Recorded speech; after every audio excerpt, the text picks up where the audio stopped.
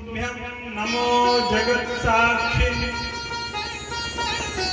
ब्रूहि मे मुक्ति हेतुकम्। हे प्रभु, हे सूर्य नारायण भगवान, इस प्रेतात्मा की मुक्ति कैसे हो, इसका उपाय बताओ। भगवान सूर्य देव ने कहा कि हे गोकर्ण जी महाराज, प्रेतात्मा की मुक्ति के लिए तो एक ही मात्र कारण है, वह है श्रीमद् भागवत सुनने से ही मुक्ति होती है।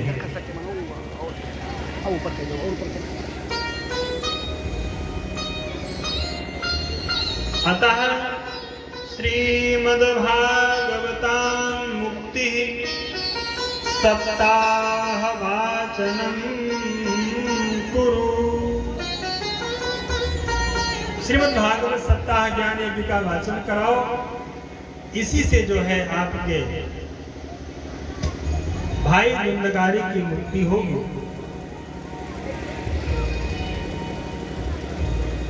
सूर्य भगवान की आज्ञा को मान करके गोकर्ण जी अपने ही गांव में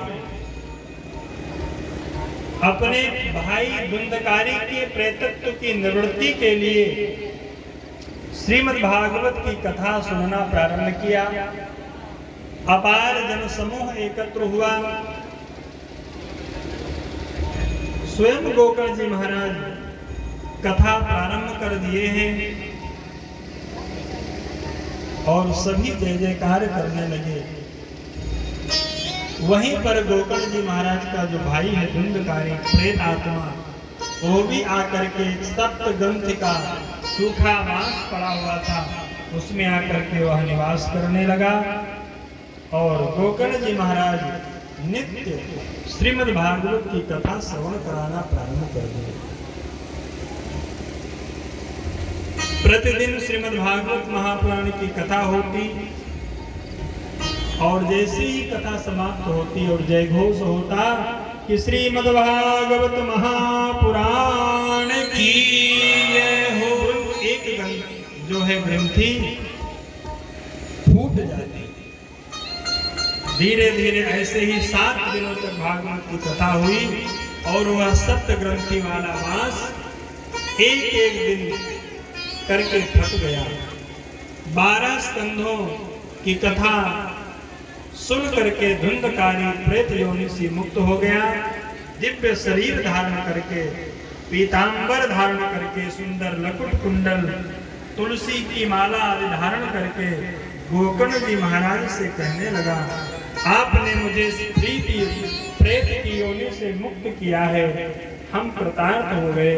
वास्तव में श्रीमद् भागवत की कथा जिसके कानों में नहीं सुनी, जिसने अपने कानों से नहीं सुनी हो, वह प्राणी एक बुलबुले के समान है। वास्तव में धन्य है श्रीमद् भागवत की कथा कि धन्या भागवती वार्ता प्रेत पीड़ा विनाशिनी। हे गोकर्ण जी महाराज, यह भागवत की कथा धन्य है जो मुझ जैसे प्रेतात्मा का भी उद्धार हो गया। यदि साधारण व्यक्ति भी श्रीमद् भागवत की कथा को श्रवण करेगा तो उसका भी क्यों नहीं कल्याण होगा। स्वयं भगवान विमान लेकर के प्रकट हुए और धुंधकारी को अपने विमान में बिठा करके ले जाने लगे। इतने में गोकर्ण जी महाराज ने प्रश्न कर दिया कि हे विष्णु पार्षदों, यहाँ पर अत्र ते बहवा संतु श्रोतारो मम निर्मला। यहाँ पर तो बहुत सारे श्रोता बैठे हुए थे, ग्रामवासी, आप एक ही विमान लेकर के आए, क्यों? विमान लाना था तो